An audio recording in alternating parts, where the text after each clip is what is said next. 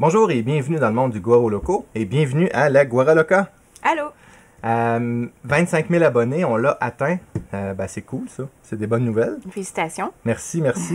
Puis je vous avais dit que je répondrais à vos questions. Alors j'ai ramassé quelques questions et puis on va faire ça interactif avec la Guara Loca. La Guara Loca va me poser les questions puis moi je vais répondre. Puis ça va se séparer comme en 3 sections. Il y a la partie questions et réponses. Ensuite de ça, j'ai apporté des changements à la chaîne. Ça va être la 2e section, j'explique ça. La 3e section, c'est des remerciements. Puis restez là parce que ça vaut la peine pour les remerciements. Questions, commentaires? Non? Parfait. En passant, c'est pas un live, c'est enregistré, mais c'est pas grave. Alors, on commence avec les questions. Est-ce que tu es prête? Oui, je suis prête. Je peux commencer par te dire que tu as un très beau chandail. J'ai un très beau chandail, regardez. Merci, c'est pour ça que j'ai une épouse. Le Guaro Loco. Alors, c'est... vous pouvez acquérir la marchandise sur, je pense, dans le lien de la vidéo, dans le bas de la vidéo, il doit y avoir des images de chandail, de tasses qui apparaissent. Si vous voulez porter les logos du Guaro Loco, en passant, c'est moi qui ai fait le design, en avant et en arrière. Puis aussi, celui-là avec le design. Je sais qu'il y en a qui achètent des chandails. Mais ça arrive quand même assez souvent, ou des tasses, des choses de même. J'aimerais ça avoir des photos de vous avec le chandail. Juste pour le fun. Bonne idée. On commence avec les questions? Oui. Allons-y. Première question. Alors, la première question de Marc-André qui dit « Félicitations. Sinon, voici une question. Que fais-tu avec autant d'imprimantes 3D chez toi? » Je les dépoussière. Non, c'est une blague. Je fais beaucoup de tests. Puis souvent, par exemple, lorsque ça fait longtemps que j'ai pas utilisé une imprimante ou qu'elle date un peu et que je sais que je ne sortirai pas de vidéo, je vais soit la donner à un jeune ou la donner à quelqu'un qui n'a pas beaucoup d'argent ou c'est pas arrivé encore pour des organismes, mais souvent je vais la donner ou la prêter à des gens. Il y a des gens qui me disent, Dominique, j'aimerais ça par exemple faire de l'impression 3D, mais je sais pas si je vais aimer ça pour vrai. Alors ce que je fais, je leur prête une imprimante pendant 3 mois, ils testent, ils me la redonnent ou ils l'achètent. Et en général, je les vends vraiment pas cher, ou je les donne. Ou quand c'est un jeune, des fois, je vois qu'il y a de l'intérêt ou que ça pourrait l'aider, alors je lui donne l'imprimante. Alors j'en ai donné plusieurs, facilement plus que 10. Facilement, oui. Plus que 10. J'ai dû en donner une bonne vingtaine, facilement. Alors c'est ça que je fais avec toutes mes imprimantes, puis j'en garde ici en moyenne 25 ou 30, à peu près 25. Puis je fais des tests, puis lorsque je vois que je ne l'utilise plus, c'est ça. Alors je fais de la place pour en donner parce que j'ai plus beaucoup de place dans le sous-sol. Vous ne le voyez pas ici, là, mais le sous-sol va par là-bas. Jocelyn, là, de la chaîne JS-Tech, Tigidou, connu sous le nom de Tigidou, a vu la place, puis c'est ça. Alors, il peut dire qu'il y a des imprimantes en masse. Donc, c'est ici qu'on vit aussi, c'est pas un studio, donc il faut que je fasse de la place. Donc, c'est ça que je fais avec toutes mes imprimantes. On a Ronald qui demande « À quel taux d'humidité on pourrait ne pas avoir à mettre les filaments dans des ziplocs? » Bon, je suis pas un scientifique, mais mon expérience me dit qu'en bas de 35% d'humidité, il n'y a pas vraiment de problème pour les filaments. C'est sûr que le plus sec c'est, le mieux que c'est. Mais par exemple, l'été ici, dans le sous-sol, là, je tourne autour entre 30 et 40% d'humidité. Puis, ou c'est l'hiver? L'hiver, parce que l'été, c'est plus 60-70. Oui, parce que je déshydrate mes filaments à l'automne, lorsqu'il commence à faire froid.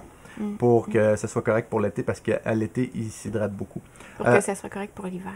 J'ai dit l'inverse, hein? OK, alors, on commence ça. Je déshydrate mes filaments à la fin de l'été. En plus, il commence à faire froid, pour le déshydrateur dégage la chaleur, donc pour qu'il soit déshydraté, parce qu'il s'hydrate beaucoup l'été. Et l'hiver, il se déshydrate, parce qu'on a aussi un poêle à bois ici, avec le chauffage électrique, ça fait que ça devient plus sec. Mais normalement, 35 degrés, ça me fatigue pas beaucoup, 35 degrés. 35% d'humidité, selon moi, sauf le nylon. Le nylon, même à 6% d'humidité, il va juste faire baisser l'humidité ambiante, puis il va tout boire l'humidité dans l'air. Le nylon, il faut le déshydrater de toute façon.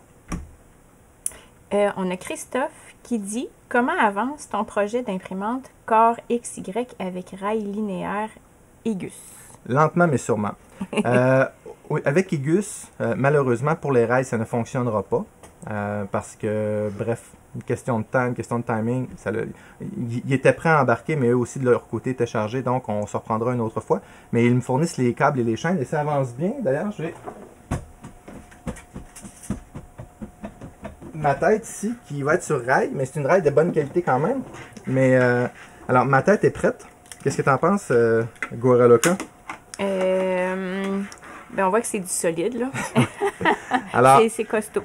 Ouais, ça va être ma tête finale. J'ai même l'attache pour le câble ici. Pas le câble, mais le chain cable. Vous savez, la genre de chaîne que on embarque les fils dedans. Là, je connais le nom en anglais, mais je me rappelle pas en français. La chaîne de câble, probablement. Puis la tête d'Eyes est dessus. Puis tout est dessus. Donc, le BL Touch, tout est là. Puis j'ai fait un système de refroidissement révolutionnaire.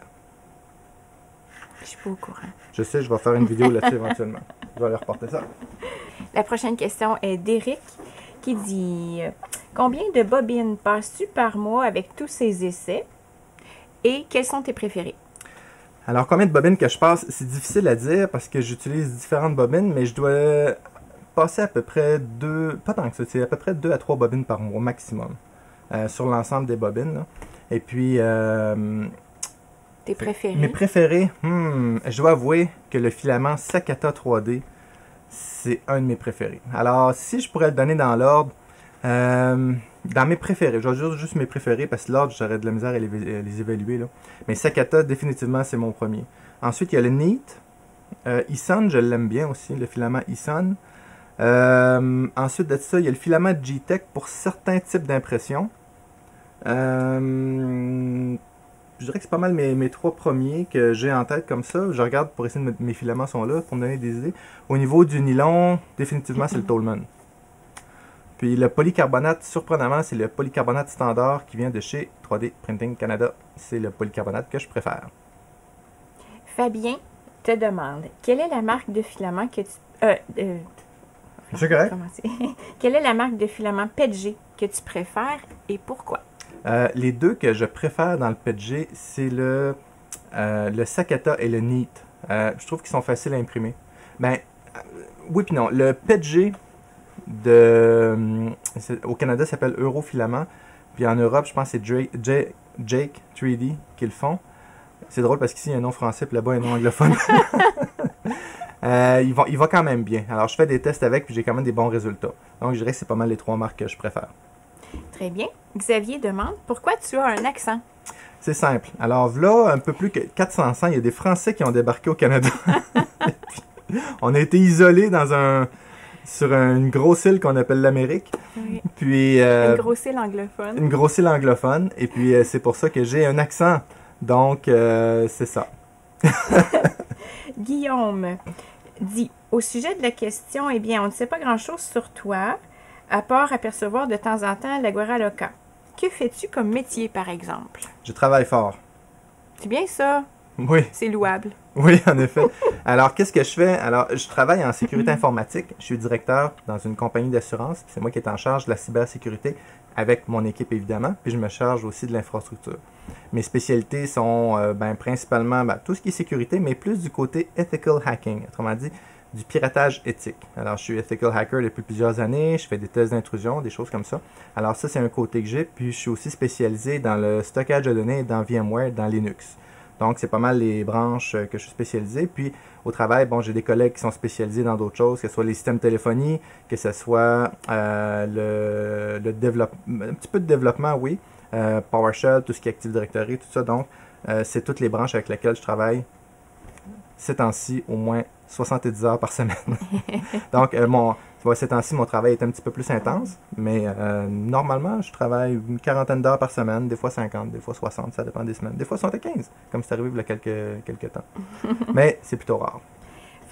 Francis te demande, quels sont tes projets pour le futur? Prendre ma retraite. C'est bon. Si un jour je vais avoir une retraite. Mes projets pour le futur, présentement, vous voyez, mes gars sont encore à la maison. On est bien ici. J'ai pas de projet vraiment établi pour dire dans 5 ans, je vais partir et dans un autre pays vivre, pas de YouTube, des choses de même. J'aimerais probablement ça un jour vivre de YouTube. Mais je ne sais pas. Présentement, étant donné que les garçons sont encore à la maison, ils vont partir peut-être d'ici un an, entre 1 et 3 ans, d'après moi. Donc, je vais voir rendu là où est-ce qu'on en est. Donc, c'est ça. Donc, je fais des vidéos et je m'amuse et je fais ce qui me tente, là, à peu près. Jean-Christophe qui dit « Bonjour, y a-t-il un avantage à mettre des roues de guidage en acier à la place des roues en POM ou polycarbonate, car je ne trouve pas de roues qui ne fendent pas, micro-fissures qui sont la cause des points durs sur l'axe Z? Et où peut-on les trouver? Ou connais-tu une marque de roue qui est fiable? Probablement que les roues d'acier n'auront pas de micro-fissures, alors c'est une bonne nouvelle. Sauf que souvent, ça va être très bruyant parce que les vibrations se propagent partout dans l'imprimante. Ça va faire une imprimante qui est très bruyante, même avec des TMC 2209 ou 2208. Alors, l'avantage des roues de vinyle, les roues pommes, les roues carbonates, ces genres de roues-là, les roues noires qu'on trouve par exemple sur les Creality ou quelque chose de même, coupent quand même le son.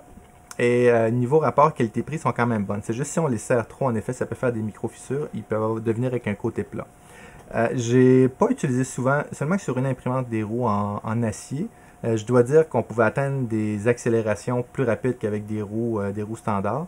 Mais je pense que tant qu'à prendre des roues d'acier, sont quand même chères. Puis ça prend aussi les rails qu'elles supportent parce que si on prend des extrusions de basse qualité, ben, on pourrait finir par endommager l'extrusion. Il y a deux sortes d'extrusions. Il y a les extrusions en V, qui a des roues en V qui embarquent dedans, mais il y a aussi des extrusions qui c'est comme un rail rond. Et puis, ma roue embarque là-dessus. Je préférerais, tant qu'à ça, avoir les roues, puisque le dessus du rail est rond.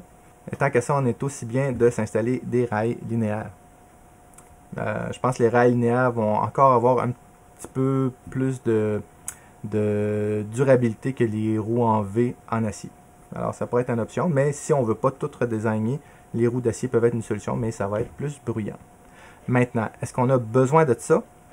Si vous pensez que les roues, on va dire roues souples, même si elles ne sont pas si souples que ça, sont un problème pour votre imprimante parce que ça ne vous permet pas d'imprimer à des vitesses que vous voulez, ça vaut la peine. Mais si vous imprimez à 40, 50, 60, 70 mm par seconde et que vos roues sont bien ajustées, ben continuez avec vos roues parce que, un, ça coupe le son, puis deux, ça fait le travail. Puis ça coûte pas cher à changer, c'est quelques dollars une roue, même un kit de roues, là, c'est quelques dollars des roues standards. Et les roues d'acier et les rails linéaires sont beaucoup plus coûteuses. Longue réponse pour une longue question. Robert demande, est-ce que tu aimerais ou ferais éventuellement une imprimante 3D de A à Z avec tes abonnés? Tu fais la liste des courses et les intéressés l'assemblent au rythme de tes vidéos. Ça pourrait être chouette pour la GL5. Ça pourrait être une bonne idée, mais je vais être franc avec vous, j'ai pas l'intention de monter la structure de l'imprimante. Je vous explique pourquoi. Je ne sais pas en Europe, mais ici au Canada, les extrusions d'aluminium sont assez chères, sont assez coûteux. Puis, j'ai déjà pas mal de châssis ici que je pourrais partir de ça. Donc, par exemple, la GL4 qui est là en arrière, que je suis en train de monter, ben j'ai pris un châssis existant puis je vais juste monter l'intérieur. Donc, c'est ça. Puis, c'est ça. Je vais être honnête, je pense pas que ça va être dans les plans. Je comprends que ce serait le fun, mais je pense que ça va profiter à vraiment pas beaucoup de gens. J'aime mieux montrer différentes options. Et puis là, les gens peuvent prendre ces options-là. Par exemple, prendre la tête d'Aise avec une Core XY ou même une Delta. Et puis profiter de mon expérience, mettre une carte du haut que j'ai montré dans une autre vidéo, ainsi de suite. Donc, les gens pourraient se Frankensteiniser une imprimante. Serge demande, concernant ta vie hors impression 3D, la sécurité informatique et pour le crochetage.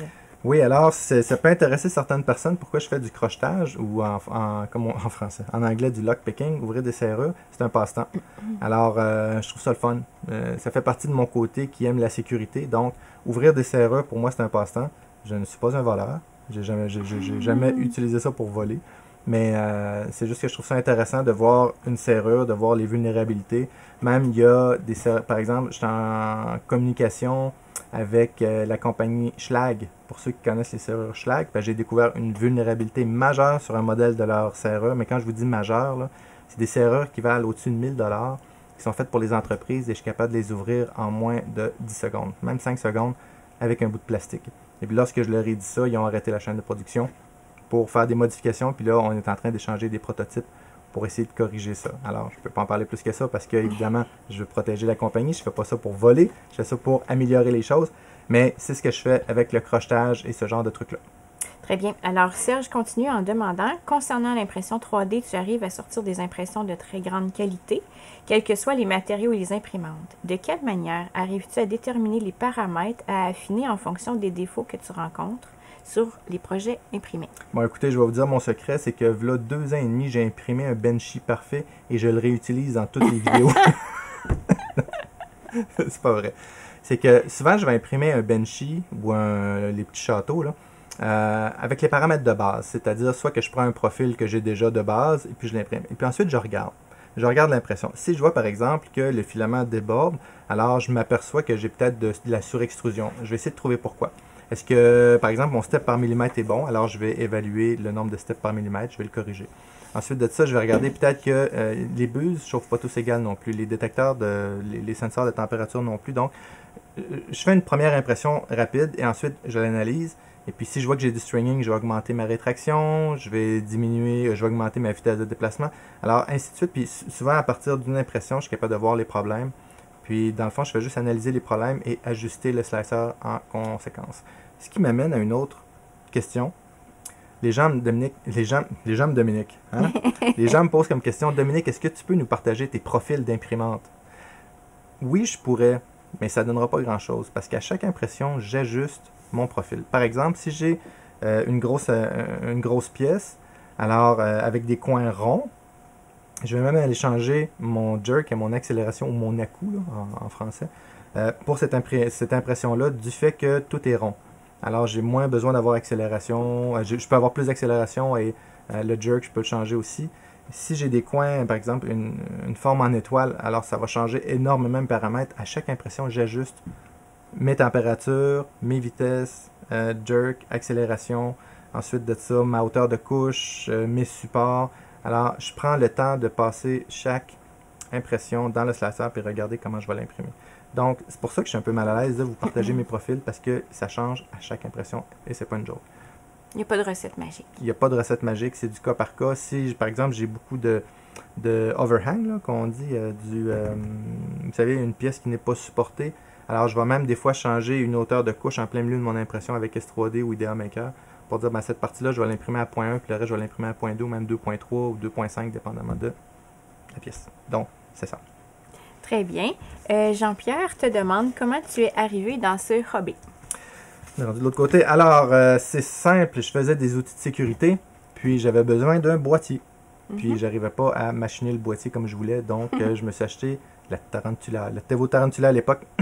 Puis c'est comme ça que j'ai commencé, puis j'ai trouvé ça tellement fantastique. J'avais une idée, je la désignais, je la sliçais, je la printais. C'était fantastique. Et je trouve ça encore fantastique de pouvoir désigner une pièce que j'ai besoin et je l'imprime. De l'idée à la matérialisation. Alors c'est comme ça que j'ai commencé. Très bien. Question en vrac. Quelle est ton imprimante préférée? Ça, c'est une bonne question. Il y en a eu plusieurs. Il y en a plusieurs. Ça va dépendre de ce que je veux imprimer.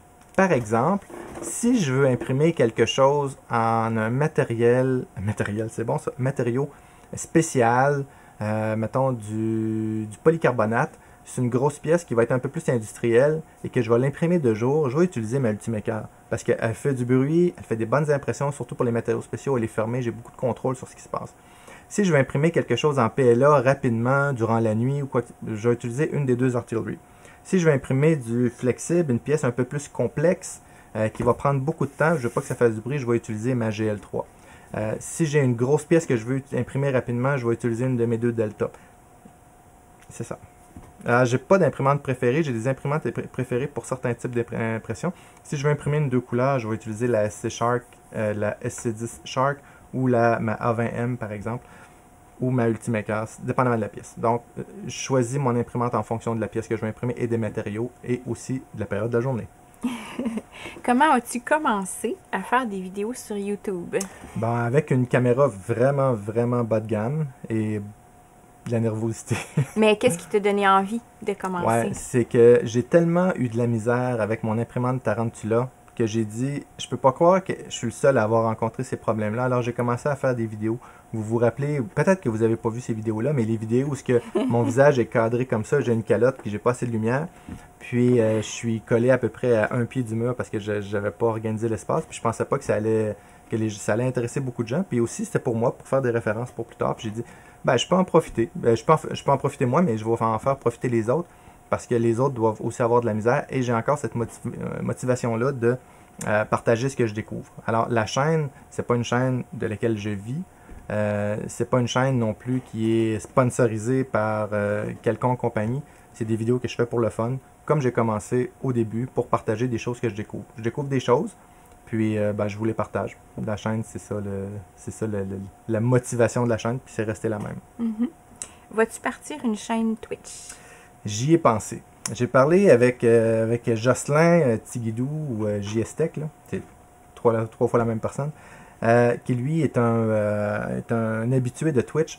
J'ai regardé Twitch, ça semble intéressant. Cependant, le problème que j'ai, c'est que pour que ça fonctionne bien dans Twitch, ça prend des horaires. Mhm. Mettons, tous les samedis à telle heure.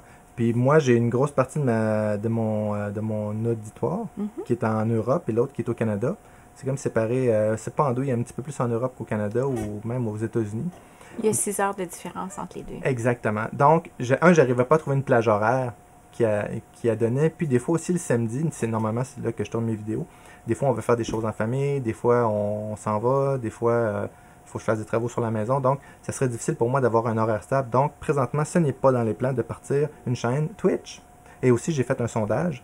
Et puis, c'était pas si révélateur que ça. Si 70% des gens m'auraient dit oui, va sur Twitch, j'aurais peut-être pensé un peu plus, mais c'est pas le ratio n'est pas tant que ça. Donc, ce n'est pas dans les plans pour le moment. Fais-tu la réparation d'imprimantes? Oui, absolument. Je fais la réparation de mes imprimantes. Non. T'en as assez. Oui, j'en ai quelques-unes.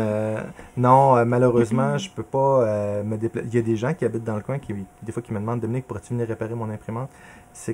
Je cours déjà après mon temps entre la chaîne, le travail, la famille, le repos, tout ça. J'aurais pas de temps. Puis des fois, ça peut prendre du temps à réparer une imprimante. J'ai déjà aidé des gens. Des fois, j'aide avec des commentaires, des choses de même, mais c'est très rare parce que sans ça, je reçois des dizaines et des dizaines de demandes. Là. Je fournirais pas. À moins que je parte une compagnie de support en impression 3D, puis que là, je me déplace, puis que je facture les gens, mais souvent, lorsqu'on facture, là, il y a 90% des gens qui sont moins intéressés. C'est normal. C'est tout à fait normal, exactement. C'est que j'aime mieux vous aider à travers la chaîne. Puis, c'est ça, surtout. Surtout en temps de pandémie. Oui, il y en a beaucoup qui ont perdu leur travail, c'est plus difficile, en effet. Puis, aller chez les gens, c'est plus compliqué aussi. Donc, dors-tu? Oui, je dors les dimanches soirs de minuit à 2 heures. Puis, c'est ça. T'es correct pour la semaine? Oui, je suis correct pour la semaine. Oui, je dors. Je dors en moyenne 5-6 heures, 5 heures, 6 heures, dans ce coin-là. Je sais pas trop. Je dors pas énormément. Je me lève tôt, puis je me couche à des heures normales. Ça ressemble à ça? Oui. Quels sont tes youtubeurs préférés? Alors, c'est intéressant. Puis ce que je vais faire, je vais vous les faire deviner. Alors, il y en a en anglais, il y en a en français. Alors, ce que je vais faire, je vais vous faire ma meilleure imitation, un mélange de Guero Loco et de ces chaînes-là. Et puis, mettez dans les commentaires qui est-ce que vous pensez que j'imite. C'est une bonne idée, ça? Très bonne idée. Je vais prendre une gorgée d'eau avant parce que... On va en parler de la table tout de suite après. Alors, je vais sortir mes meilleures imitations de YouTubeurs. Puis, écrivez dans les commentaires qui est-ce que vous pensez que j'ai. Hello, this is Dominic from CNC Kitchen. I hope you're doing well, everybody. OK? Alors ça, c'était ma première imitation. Je pense que juste avec le nom, vous l'avez trouvé, et mon accent allemand. D'accord? L'autre, c'est aussi en anglais. Je vais le dire en français. Je vais l'imiter en français. Bonjour tout le monde, je travaille pour Adobe et aujourd'hui on va regarder une vidéo de 1h30 sur comment faire des cercles dans Fusion 360. Bienvenue dans mon sous-sol. Alors, ça commence par Chris, je vous laisse deviner c'est qui. Ensuite de ça, qu'est-ce que j'ai écrit là? Ah oui! Je vais expliquer ce que je fais mais c'est des vidéos muets. OK. OK? Alors, vous devez imaginer que, vous voyez juste mes mains, d'accord, et la table. Vous ne voyez pas mon visage. Et puis, que je suis en train de monter un aspirateur avec 2 biturbos, puis un système de filtration avec des vieux disques CD, du carton, de la colle chaude, une batterie 9 volts et des bouts de fil qui traînent. Et puis, je suis en train tout le temps de montrer mes pièces en les faisant valser comme ça. D'accord? Alors, c'est un type de vidéo. J'aime ça regarder ça. J'ai vu quelqu'un faire une balayeuse avec 2 vieux CD et un bout de carton. Je trouve ça drôle. Ah, aussi, il utilise beaucoup des vieilles bouteilles de liqueur. En plastique. Alors, c'est ça. Je vais vous en imiter un autre. Celui-ci est en anglais. Welcome to my laboratory, where safety is number one priority. Alors, essayez de trouver c'est qui. Je vous en imite un autre. J'ai rajouté un. Je vous en imite un autre. Celui-là, il n'est pas dans l'impression 3D. L'autre d'avant non plus n'était pas dans l'impression 3D, mais bon. Je vais vous imiter une des deux personnes du groupe. Oh, look, I found the bullet. Yes, I'm ready. Alors, si vous trouvez c'est qui, écrivez-le. Celui-là, il est beaucoup plus dur. Oui. OK? Mais c'est pas... Si vous écoutez le channel, lorsque vous allez entendre « Hey, I found the bullet », vous allez savoir exactement c'est qui. Et puis, le dernier, je vais vous l'imiter en anglais. Comment je pourrais imiter ça? Je vais le dire en français. Alors, on va... il y en a deux derniers. Alors, on va tirer quelque chose avec un .50 mm. Acheter mes chandails. I love you guys and I'll see you next time. OK? Alors, ça, c'est... Ça, je sais c'est qui. Oui, tu sais c'est qui. Puis, un dernier, qui lui non plus n'a pas rapport à l'impression 3D. Je vais vous le dire en français. Alors, ici, on a un 22, un pistolet de calibre 22. Et puis, les balles viennent de CCN, la compagnie CCN. Puis, ce que je vais faire, je vais essayer de couper un filament en deux en tenant mon fusil à l'envers, comme ça, en regardant dans deux miroirs. OK? Et en clignant des yeux rapidement pour couper le filament. Oh! Je l'ai eu du premier coup. Alors, celui-ci est plus difficile un petit peu aussi. Mais ceux qui écoutent le channel vont être en mesure de le dire. Alors, si vous trouvez c'est quel YouTuber, mettez-le dans les commentaires. OK, prochaine question. Quel équipement vidéo utilises-tu? Alors, j'utilise ma caméra principale, celle qui nous filme présentement, c'est une Sony FDR AX100. C'est une caméra Sony semi-professionnelle qui filme en 4K, mais je l'utilise en 1080p parce que c'est quand même lourd des vidéos 4K. C'est lourd à traiter et c'est lourd aussi à envoyer sur YouTube. Ensuite de ça, cette caméra-là est branchée dans un Blackmagic Atem Mini que j'ai acquis récemment pour faire les changements de caméra, exactement. Puis ça facilite parce que j'enregistre direct à l'ordinateur avec OBS. Aussi, j'utilise Touch Portal pour changer. Ici, regardez bien. Wow! Alors ici, vous allez voir, des fois, j'ai mon téléphone ou une tablette et puis je peux faire apparaître aussi des logos comme en direct.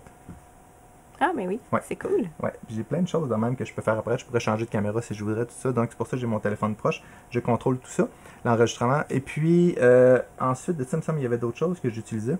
Ah oui! Tu as ton micro. J'ai mon micro-cravate qui est un Sony.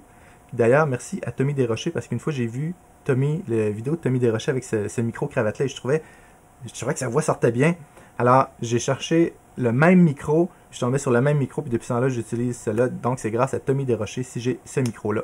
Ensuite de ça, j'utilise, lorsque je fais une vidéo de même, j'ai pas mon micro-cravate, mais j'ai un Zoom H2N qui s'occupe de prendre le son. Sinon, est-ce que j'ai d'autres choses? Des barres d'alimentation en masse. Les lumières. J'ai deux lumières au LED Newer 650 watts. 650 watts. Mes yeux brûlent. 660 LED que j'ai acheté quand j'ai parti la monétarisation du channel. C'était avec les sous que j'ai reçus, ça a été une des premières choses que j'ai acheté parce qu'avant j'avais deux gros parapluies qui prenaient la moitié de mon sous-sol. Puis on n'avait plus de place pour circuler, puis j'arrêtais pas de me cogner la tête là-dessus. Donc là, ils sont au plafond, tenus avec des supports en PETG après le plafond suspendu. Puis aussi, j'utilise une GoPro pour mes deuxièmes prises de vue que j'ai achetées là longtemps, mais qui fonctionnent encore très bien. Et j'utilise aussi des systèmes pour... ça, c'est tout nouveau. J'ai un Google Home. Puis là, vous allez dire, tu travailles en sécurité, Google Home. Et oui. Puis, je contrôle mes lumières par la voix. C'est que quand j'arrive le matin, j'ai juste à dire une phrase, puis mes lumières s'allument et ce genre de trucs-là. Très bien. Quels sont les deux qui mettent des pas likes à toutes tes vidéos? Je le sais pas. Il y a tout le temps 2 pas likes à toutes mes vidéos. Je sais pas si c'est Google, pas Google, mais YouTube. Ben, c'est Google, mais YouTube qui disent on va mettre des pas likes à toutes ces vidéos juste pour pas qu'il y ait 100% de likes. Alors, peu importe la vidéo, j'ai tout le temps au moins 2 pas likes. C'est normal d'avoir des pas likes, des pouces par en bas, puis ça me dérange pas. Je comprends que ça fait partie, on peut pas plaire à tout le monde. Mais des fois, j'ai 6 likes, puis j'ai toujours les 2 pas likes. Ils se dépêchent à mettre des pas likes. ça me dérange pas parce que j'ai quand même un ratio de 99,2%, je pense, de likes, qui pour une chaîne est excellent parce qu'en moyenne, on tourne autour de 85 à maximum 90%. Puis moi, je suis à 99,2. Donc, je comprends que c'est... Je comprends. Puis des fois, j'ai des vidéos, j'ai 6, 10 pas likes. Puis c'est pas grave, j'en ai en moyenne moins de 1% de pas likes. Fait que je crois que c'est acceptable. Très acceptable. Je me dis ça. C'est bon. Vas-tu finir par changer ta fameuse table? Ma table! Alors, ceci est une table pliante. Je ne travaille jamais là-dessus, je ne fais que mes vidéos là-dessus, sauf quand je teste une imprimante. Cette table-là, je la déplace tout le temps. Des fois elle est là, des fois elle est ici, des fois elle est repliée, des fois elle est en arrière. Pourquoi? Parce que, je ne sais pas si vous le savez, mais c'est mon espace où j'imprime pour vrai. Ici, c'est pas juste un studio. Juste ici, là, est mon ordinateur de travail. Alors, quand, dans le temps de pandémie, on travaille plus à la maison, je suis installé là. Puis je fais on est souvent avec une webcam, justement. Puis quand je fais les lives, ben, les gens voient mon studio à l'arrière. Puis je tasse mon imprimante parce que des fois j'ai 2 imprimantes là-dessus, des tests. Alors, bon, je tasse ma table parce que j'ai des imprimantes là-dessus. Donc, j'ai pensé à mettre une table plus stable. Celle-ci, oui, elle est un petit peu molle. Mais écoutez, j'ai regardé, j'ai pas beaucoup de place ici. J'ai juste le coin que vous voyez, c'est le coin que j'ai pour mon studio. Puis, ce que je pourrais faire, je pourrais enlever une des 2 armoires, puis mettre quelque chose de fixé après le mur. Mais encore là, ça m'enlève de la flexibilité pour utiliser l'espace. Donc, ce n'est pas dans les plans. Oui, j'aimerais. Oui, j'y pense. Puis je vous le dis, ces temps-ci, à tous les jours, je suis sur Amazon pour essayer de trouver la table parfaite. Mais je ne l'ai pas trouvée encore. Un jour peut-être. Mais pour l'instant, ça va rester la table. On est changé. On est changé. C'est bien ça. On est rendu à la 2e section. On est rendu à la 2e section. Alors, je vais reprendre le micro un peu. Alors, deuxième section. Celle-là, je ne la couperai pas parce que normalement, je coupe ces sections où on bafouille et tout ça, mais celle-là, je ne la couperai pas. Vous allez voir comment ça se passe. Alors, changement à la chaîne du Guaro Loco. Et là, je vais lire un peu parce que j'ai pris des notes parce que je ne veux rien oublier. Vous savez, c'est la chaîne du Guaro Loco, ça fait quoi, 3 ans qu'elle roule à peu près, là, pour dire peut-être 2 ans et demi, 3 ans? Oui. Quelque chose de même. Puis ça avance tranquillement. J'ai pas 100 000 abonnés, j'ai juste 25 000 abonnés. Ça reste une petite chaîne, mais j'ai pas l'intention non plus de monter ça à 18 millions d'abonnés. Je fais ça pour m'amuser, puis c'est pas, je vis pas de ça, donc c'est correct. Quand j'ai commencé YouTube, c'était pour partager à la communauté, puis c'est encore ça que je fais. Mais il y a aussi que j'apprends beaucoup grâce à la communauté. Puis je trouve que plus on a de sources d'informations, ben plus on a de chances d'arriver à avoir des belles impressions, trouver des bons produits, comme par exemple la tête d'Aise. Tous les produits Igus, c'est grâce à les communautés. La Artillery, c'est grâce à les communautés que je l'ai connue parce que les gens m'ont dit hey, tu devrais l'essayer. Puis quand ça fait 18 personnes qui me disent Dominique, qu'est-ce que c'est cette imprimante-là, je me dis il doit y avoir quelque chose là. Donc je crois beaucoup à la communauté. Puis c'est pourquoi que je vais faire quelque chose de différent. Vous savez, peut-être que tu le sais toi aussi, lorsqu'on écoute une chaîne YouTube, c'est tout le temps la même personne qui fait les vidéos ou les 2 mêmes personnes ou c'est tout le temps les mêmes personnes qui sont à l'écran. Puis par exemple, la chaîne du Guaro Loco, bon, des fois je fais une vidéo avec la Guaro Loca ou Jocelyn, des choses de même, mais ça reste, je suis le présentateur comme officiel. Puis, je vais faire un petit peu quelque chose de différent. 2 choses. J'ai demandé à 2 modérateurs de m'aider pour les commentaires. Parce que je reçois beaucoup de commentaires, puis avec mon travail, avec la famille, avec l'église locale, pour ceux qui ne savent pas, je suis chrétien évangélique aussi, puis donc je veux pouvoir donner un peu de temps pour aider les autres. Des choses comme ça. Puis, j'aimerais ça aussi répondre à tous les commentaires. Ça fait que 2 fois par semaine, le matin, entre 5 heures le matin et 6h30 le matin, je réponds à des commentaires, mais en 3 heures par semaine, c'est pas assez. Donc, il va y avoir 2 modérateurs qui vont m'aider à répondre aux commentaires. C'est des gens en qui j'ai extrêmement confiance. Puis, c'est des bons imprimeurs 3D. Ils donnent des bons conseils. Ça fait quelques années que je les connais, puis ils sont solides. Il y a un de ces 2 modérateurs-là qui va faire des vidéos avec moi. Pas avec moi comme ça, mais lui va faire des vidéos et moi je vais faire des vidéos et les 2 on va contribuer à la chaîne. Ça reste la chaîne du Guaro Loco, c'est juste qu'il va y avoir des vidéos qui sont faites par lui. Même format, c'est-à-dire on a l'intro au début avec l'imprimante, le Guaro Loco, tout ça, la présentation, on va garder le même format, mais ça va être lui qui va faire certaines vidéos. Puis cette personne-là est en Europe, est en France. Les 2 modérateurs sont en France d'ailleurs. Puis aussi, ça va faciliter parce qu'il y a beaucoup de gens qui me demandent de tester des produits d'Europe. Alors des fois, je communique avec les gens en Europe, puis ils me disent, écoute, on aimerait ça t'envoyer des filaments, mais l'expédition coûte plus cher que le filament lui-même. Puis je comprends tout à fait. Alors, je peux pas en tester beaucoup. Puis, ben, lui est en Europe, ça va être beaucoup plus facile. Il est plus proche de la Chine, il est plus proche aussi de l'Europe.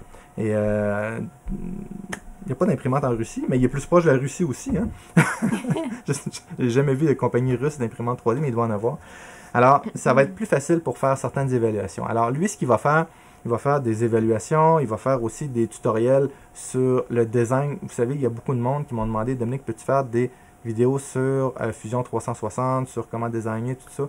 Je suis capable de designer, mais je ne suis pas nécessairement bon. Le modérateur que je vais vous dire, c'est qui dans un instant, lui, il fait des super designs. Je l'ai vu faire, il utilise Spark Design, qui est un autre produit, mais je pense qu'il regarde aussi Fusion 360. Bref, il va faire des vidéos soit sur Spark ou sur Fusion 360, ou les deux peut-être. Puis il va faire des évaluations d'imprimantes, de filaments. Il va faire comme moi. D'ailleurs, il est en train de se monter, ou il est presque fini de se monter un studio chez eux. Alors lui, il va probablement avoir plus d'espace que moi parce qu'il va avoir une pièce complètement pour ça. Puis il y a déjà des produits qui sont en chemin chez eux là, pour faire les évaluations. Donc, je trouve que c'est une excellente nouvelle. Puis ça va faire aussi du 109. Puis aussi un accent neuf. Ça va être un accent français parce que c'est un français. Donc, ça va faire du bien d'avoir un petit peu de changement. Puis ceux qui ont de la misère à comprendre mon accent, d'ailleurs, il n'y avait pas une question pourquoi tu as un accent. Oui, hein? Oui, alors, vous pourrez lui demander à lui aussi pourquoi as-tu un accent. Des Québécois, vous pourrez leur demander. Puis, ben c'est ça. Donc, je trouve que c'est une bonne nouvelle d'avoir 2 personnes qui vont m'aider, 2 personnes pour les commentaires, puis une personne pour les vidéos aussi. Puis ça va faire aussi changement. Je pense que c'est une autre source d'information qui est ajoutée à la chaîne du Goro Loco. Puis avec les 2 modérateurs et les vidéos supplémentaires qui vont rentrer. Puis je pense que ça va rendre simplement la chaîne du Goro Loco encore plus riche en contenu. Parce que là, à date, toutes les idées sortent d'une tête, tandis que là, ça va être de 3 têtes. Les conseils vont venir de 3 personnes. Les reviews pour les vidéos aussi, on va s'en parler. Qu'est-ce qu'on fait? Est-ce qu'on l'accepte? Est-ce qu'on l'accepte pas? Parce que vous savez que je refuse énormément d'imprimantes présentement, soit parce que j'ai pas le temps ou parce que je crois pas au produit. Alors, il y a beaucoup d'imprimantes que je dis dans celle-là, je ne ferai pas un review, tout le monde va être déçu. Moi, je vais être déçu, je vais faire un review négatif sur l'imprimante. La compagnie va être déçue, puis donc, j'en refuse quand même beaucoup. J'accepte ceux que je vois qu'il y a un certain potentiel. Alors, faire un review de 3 clones d'Ender 3, il n'y a pas vraiment d'intérêt. Alors, c'est ça. Donc, c'est ça. Maintenant, qui sont ces modérateurs? Alors, le modérateur qui va faire aussi des vidéos, est connu sous le nom, ou va être connu du moins sous le nom de Chris 3D. Alors, K-R-Y-S 3D, qui est Christophe Jeannot. Vous le connaissez, c'est un modérateur du groupe Facebook depuis longtemps. Christophe fait de super impressions. On est tout le temps en communication, lui puis moi. On parle beaucoup de technique ensemble. On a un groupe aussi avec les modérateurs, aussi avec Loïc, dans Facebook. Puis, donc, il va faire des vidéos. Alors, j'ai vu quelques vidéos, des petites vidéos qu'il faisait pour montrer ses trucs. Puis, j'ai dit, écoute, serais-tu intéressé de faire de plus grosses vidéos? Puis, il m'a dit, pourquoi pas, je me lance. Et puis, il s'est lancé en grand avec le studio et toute la patente. Donc, je suis vraiment content. Prochainement, vous allez voir là, des vidéos de lui sortir. Autre modérateur qui va m'aider, qui m'aide déjà d'ailleurs avec le groupe Facebook, c'est Marc Lacombe. Marc Lacombe, vous avez assurément vu un de ses commentaires sur Facebook. Alors, Marc, il répond à beaucoup de commentaires. Puis, il est très, très technique. Il fait des belles impressions. Il n'était pas nécessairement intéressé à faire des vidéos, mais il me dit, parfait, écoute, ça me fait plaisir. J'ai le temps présentement. Je vais t'aider avec ta chaîne. Ça me fait plaisir. Et moi, ça me fait encore plus plaisir.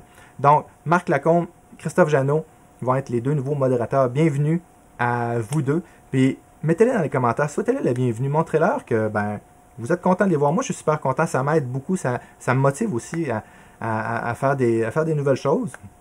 Puis, ben, c'est ça. C'est... Comment j'ai écrit ça? Ah oui, je me demandais comment j'avais écrit ça. Mais Marc, Christophe et Loïc gèrent le groupe Facebook comme des maîtres depuis déjà plusieurs mois. Peut-être même 2 ans, pas loin de 2 ans, ou 1 an et demi, 2 ans. Ils le font vraiment très bien. Le groupe est resté dans la même ligne que au début je l'avais parti. Je ne connaissais pas Facebook quand je l'ai parti. Puis je voulais un groupe où c'est propre, où les gens se respectent, ce qu'on entraide les gens. Et puis Loïc, Christophe, Marc le font fantastiquement bien. Il n'y a rien de mal qui se dit. Dès qu'il y a quelqu'un qui dérape un peu, Marc et Christophe et Loïc le ramènent rapidement. Bref, ils ont fait un travail exceptionnel. Là. La preuve, c'est qu'ils sont pas modérateurs du groupe, ils sont administrateurs du groupe. Moi, je me suis un peu retiré pour pouvoir plus me concentrer sur la chaîne. Puis là, ils embarquent avec moi dans la chaîne, donc ça va être fantastique. On va passer un bon temps, toutes les trois, ensemble, avec vous. Qu'est-ce que tu en penses? Et je trouve que c'est une excellente idée. Moi aussi. Une communauté, c'est faite pour ça, pour s'entraider. Oui, puis on s'entraide. Alors, où est-ce que j'en étais? J'ai dépassé un peu de ce que je voulais dire. Hein? Ah, c'est pas grave. Maintenant, troisième section, les remerciements. Premièrement, je veux dire merci à mon épouse. Denis, bisous. Mon épouse qui, vous savez, pendant que je fais les vidéos, je fais pas d'autre chose. Pendant que je teste les imprimantes, je fais pas d'autre chose. Alors, mon épouse prend soin de tout le reste. Si j'avais pas mon épouse en arrière du studio, je pourrais pas faire ces vidéos-là. Parce que j'aurais pas le temps. Il faudrait que je m'occupe de l'épicerie, il faudrait que je m'occupe d'entretenir certaines choses, il faudrait que je fasse le budget. Tout ça, si la chaîne est possible, je sais que c'est grâce à mon épouse et je suis très reconnaissant.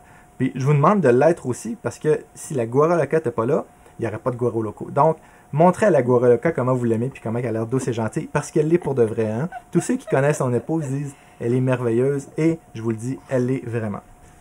Et elle est présentement probablement tout rouge aussi. OK. Je veux remercier aussi les supporters de la chaîne. Normalement, je fais passer les noms avec une musique drôle ou des choses de même. Mais il y a des gens qui me supportent depuis le début. C'est-à-dire depuis que, pas depuis, oui, depuis le début de la chaîne, mais les supporters de la chaîne, ceux qui ils sont, comment est-ce qu'on dit ça donc? Ils sont inscrits à la chaîne, sont membres de la chaîne, et à chaque mois, ils donnent un petit quelque chose à la chaîne. Puis, il y en a que ça fait 8, 9 mois, 6 mois, 7 mois, il y en a que ça fait 11 jours aussi. Puis, je vais prendre le temps de le dire. Parce qu'il y en a là-dedans aussi que je connais. Jean-Claude Mignot. Vous voyez souvent un merci spécial à Jean-Claude Mignot. Jean-Claude Mignot est un bras droit de la chaîne du Guara Loco depuis 8 mois. Alors, il y a une grosse partie des équipements qui sont ici qui lui reviennent. Jean-Claude était ici, là, je pense qu'il est rendu au Saguenay ou il travaille au Saguenay. Peut-être qu'il est revenu à cause du confinement. Mais alors, je veux te remercier beaucoup, Jean-Claude. On a déjà échangé ensemble. Puis Jean-Claude, on a échangé sur Facebook. Puis merci beaucoup pour ton support, c'est vraiment apprécié. Maintenant, des gens qui ça fait 9 mois en date d'aujourd'hui. Ben, en date d'aujourd'hui, là, je n'arrive pas à faire les lignes droites. OK, je ne veux pas en manquer non plus. 9 mois. Alors, Raphaël Le Tendu. Evil Winds. Là, ici, je vais essayer de dire le nom comme il faut, mais ça me semble peut-être allemand. Christian Van Stertegem. Comment tu le dirais, toi? Mon épouse est meilleure que moi. Je vais t'appeler Christian. Je suis désolé, j'aimerais vraiment bien prononcer ton nom, mais je ne sais pas comment le dire. Mais Christian, merci beaucoup. 9 mois. Ensuite de ça, Crazy Seb, merci beaucoup. Yannick, connu sous le nom de Yaya, c'est moi, qu'on échange à l'occasion ensemble. Merci beaucoup, Yannick. Jean-Pierre Cossu, qui est un supporter et un motivateur de la chaîne, même, je dirais. Merci beaucoup, Jean-Pierre. Seblib, je ne sais pas t'es qui Seblib, mais merci beaucoup, ça fait longtemps que tu es là, puis je vois tes commentaires. Chancho Coquillard, je ne sais pas si je prononce bien ton nom, une fois je te l'avais demandé durant un live. Chancho Coquillard, je te remercie beaucoup. 9 mois. Maintenant, dans les 8 mois, on a Serge Pécœur, que ça fait longtemps que je vois, puis qui laisse des commentaires. Alors j'ai l'impression de te connaître, même si je t'ai jamais vu. Joël T, merci beaucoup Joël. Jean-Marie Bourrin, merci. François Boilly, merci beaucoup. Chris 3D, Christophe Jeannot, merci beaucoup. En passant, Christophe Jeannot a déjà été aussi un bras droit de la chaîne. Merci beaucoup, Christophe. Alors là, on était dans les 8 mois. Dans les 7 mois, alors, Alain Chevrier, merci beaucoup. Claude Lefebvre, excuse-moi, merci beaucoup, Claude. Rodolphe Brun, merci beaucoup. Répersil, que je vois passer à l'occasion, merci beaucoup. F. Rodgard, merci beaucoup à F. Je sais pas c'est quoi son nom. Alain Caron, merci. Bello Corentin qui laisse des commentaires, merci beaucoup. Tita074, merci aussi. Toi aussi tu laisses des commentaires, je le sais. Maintenant, dans les 6 mois, on a Jérémy Bourdeau, Jean-François Perrault et Patrick Wolff. Là, j'ai plein de petites lignes ici. J'aurais dû me faire des lignes parce que c'est vraiment pas clair. J'ai de la misère à suivre. Ensuite, dans les 5 mois, on a Marc Rosenberg, Oakis Eco. Je sais pas si je le dis bien. Oakis Eco. Une compagnie. Puis Michel Cossimano, que je vois souvent passer des commentaires. Merci. Michel, maintenant, dans les 4 mois. Est-ce que je suis dans les 4 mois? Michel Cossimano, c'était 4 mois. C'est le seul. Michel Cossimano est dans les 4 mois. Tu es le seul qui est là depuis 4 mois. Merci beaucoup. Maintenant, dans 3 mois, on a Benoît Caillot. Merci Benoît. Et maintenant, 2 mois et moins. On a Daniel Spiruti, Marc L. Marc Lacombe. Charlie Tango. Je pense qu'il est avec Delta Bravo.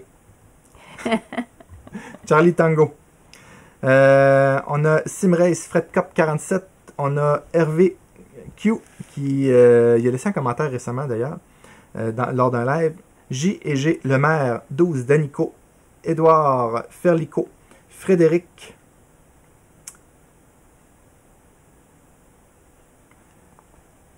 Frédéric, je suis pas capable de prononcer ton nom de famille, mais ça ressemble à Skesinski. Skesinski. Je suis désolé si je prononce mal ton nom. On a Rockprint 3D, Arnaud G, Philippe Legrand, Bernard Petit. Les 2 derniers noms étaient plutôt concept. On a un Legrand et un Petit. On a un Legrand et un Petit. Ça a juste tombé comme ça, je viens de m'en apercevoir. Donc, merci aux supporters de la chaîne. Puis pour de vrai, quand je vois les commentaires, je sais qu'il y a un supporter ou pas. 1, parce que je reconnais vos noms. Puis 2, aussi parce qu'il y a le petit logo à côté. Plus vous êtes supporter depuis longtemps, plus votre logo, l'étoile au centre, grandit. Il devient tout coloré. Donc, je veux remercier aussi tous ceux qui laissent des commentaires. Je trouve ça le fun. Je les lis tous. Je réponds pas à tous, mais je les regarde tous. Puis j'apprends beaucoup de ces commentaires-là. Merci aux 25 000 abonnés. Vous savez que j'ai moins que la moitié des gens qui écoutent mes vidéos qui sont abonnés. Donc, puis juste pour vous donner quelques statistiques de la chaîne, d'ailleurs, on va le faire live. Je vais mettre le bouton en direct.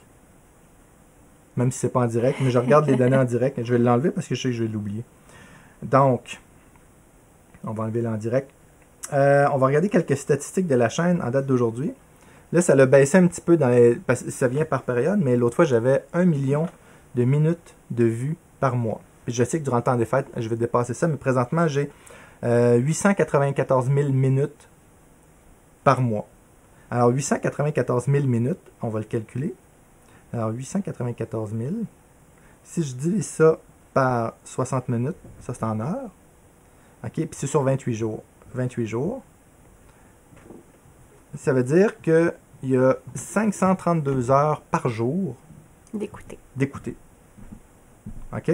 532 si je divise par 24. Ça veut dire qu'en continu, j'ai 22 à 23 personnes tout le temps qui écoutent les vidéos. Évidemment, c'est pas sur 24 heures, mais je couvre une plage à peu près 16 heures. Donc, j'ai en moyenne 30-32 personnes. Des fois, j'ai des pics là, à 50 personnes tout le temps autour de la planète qui écoutent mes vidéos. C'est quand même bien. Hein? C'est quelque chose. C'est quelque chose. Ouais. Ensuite de ça, si on tourne dans les statistiques, j'ai 120 000 visionnements par mois sur l'ensemble de la chaîne. Alors, ça fait combien, ça? 120 000, ça c'est par 28 jours. Donc, ça fait j'ai 4286 vues par jour à travers ma chaîne. C'est quand même bien, hein? Sur près de 300 vidéos. Et j'ai en moyenne 7 à 800 nouveaux abonnés par mois. Ça ressemble à ça. Oui. C'est génial. Oui. C'est génial. Donc, quelques statistiques de la chaîne. Ah, il y a de quoi qui pourrait être intéressant aussi. Le nombre d'hommes versus femmes. Voulez-vous qu'on regarde ça? Ça vous intéresse tout? Moi, ça m'intéresse. Auditoire. Alors, j'ai 98% d'hommes, 2% de femmes. Puis, je suspecte que de ce 2%-là, qu'il y a 1,5% qui utilisent le compte YouTube de leur femme pour naviguer. C'est pas impossible. C'est probable. OK? Ouais. J'ai à peu près 7%, 6,5% des 18 à 24 ans qui écoutent. Mais la tranche d'âge qui écoute le plus mes vidéos, c'est de 25 à 54 ans. Puis, j'ai un 6,2% de 65 ans et plus. Y a-t-il des choses intéressantes à savoir d'autres? Ça ressemble pas mal à ça. Voulez-vous savoir c'est laquelle ma vidéo la plus écoutée de tous les temps? Moi, je dis que c'est une vidéo sur une vidéo de Ender 3. Vidéo d'Ender 3, on va regarder ça depuis toujours. Ma vidéo la plus écoutée, c'est celle du unboxing, montage et première impression de la Ender 3. J'ai 1,6 million de minutes d'écouter dessus. La deuxième, évaluation complète de la Sidewinder X1. Troisième, technique d'adhésion. Ensuite de ça, comment imprimer PLA, PG, nylon. Ensuite, quelques idées d'impression. Ça, c'est une vieille vidéo, ça. Et une autre impression sur la Ender 3. Montage complète et impression. Ensuite de ça, une vidéo sur Cura. Une autre sur la Ender 3. Donc, la Ender 3 a vraiment passé la gratte dans les derniers 2 ans. Oui. Donc, ça fait le tour de mon vidéo de 25 000 abonnés. 25 000 abonnés, c'est quand même bien, hein? Oui. Ça fait beaucoup de monde, ça. C'était difficile de se rendre à 1000. C'était Oui, impensable de se rendre à 25 000. D'ailleurs, c'est-tu mon centième ou mon millième abonné?